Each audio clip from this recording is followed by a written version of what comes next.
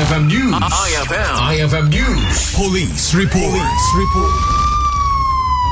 Idol Dennis, good morning and please come in. Yes, good morning, Idol Lorenz. Pagbalutan, iti nagatungpalan, iti magsalalaki, karpasang natiliwan, iti balaking paltog, iti niwayat nga search warrant operation, iti iliti Pakara, Ilocos Norte. Mismo yung dalawan, iti PNP Pakara, iti panimplementar, iti search warrant, karpasan, iti panakada, iti Mandar, manipod, iti Fortes, iti Regional Trial Court, for Special Region Branch 11, iti Yasir Silawag Puntra, iti agtawan talabulog sa 5 nga lalaki, manipod si Barangay 15, San Roque, Pakara, Ilocos Norte.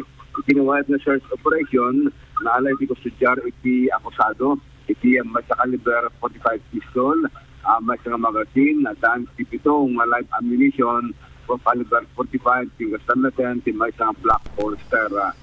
Ikarpasan iti inventaryo na medical examination di RHU ti akusado kalpasan na keknayeg iti mismo na korpo ti pulisya para iti disposition. May return warrant iti korte na nagtuudan ti warrant of arrest pulusong batanan na ti reklamo na pinag-untaking wana ito ti pinaglabsing ti RA 10591.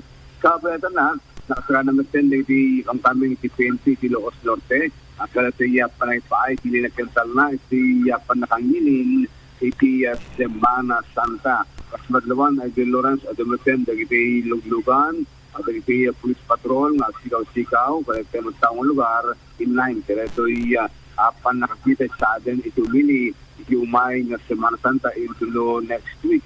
Iti agdama, kita nakasagana natin si plano, si PNP, para kadagiti tourist police, nga mangkita kadagitay bisita nga agapos sa tabali nga lugar iti intaro apagyan lupay expectaren ti provincial government of Ilocos Norte nga mag-stand ti akado ti pilan ng turista kapungor ti mandariman na krisis nga tuloy-tuloy iti panagngata ti presyo iti petroleum products ni Indono Martes sa balitong na bansada iti mewayat at nga panagngata ti presyo iti petrolyo.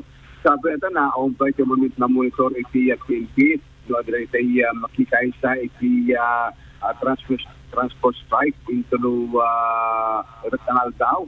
Bago pa lang iti panang kundinarta iti awan preno, nga parang nato iti presyo iti petrolyo, no pa adra ito magpagada nga fuel subsidy, kinado pa nga kakasistansa. Ngayon po namin ito, makipaan, solusyon lang din ito. Yung sa na nakulitanto, iti kasi magpasama, iti problema, iti petroleum product, yung nakaspresyo na, isang katimungan. Sa magpirang manipod si PNP, Idol Dennis Alipio, Tatak, IFM.